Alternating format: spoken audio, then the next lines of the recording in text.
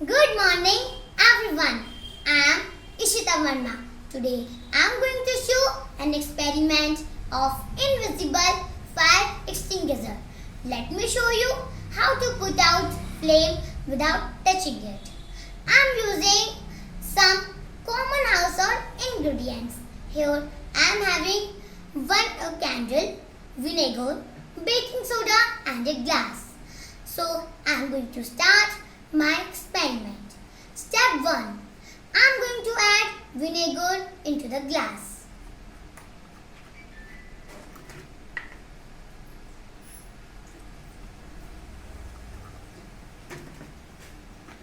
Now, I am going to add baking soda into the vinegar.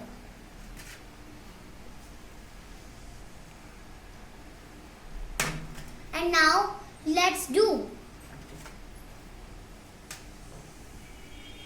Oh wow, amazing! It means and it shows that carbon dioxide does not support burning. So this all was about my invisible fire extinguisher experiment. Thank you.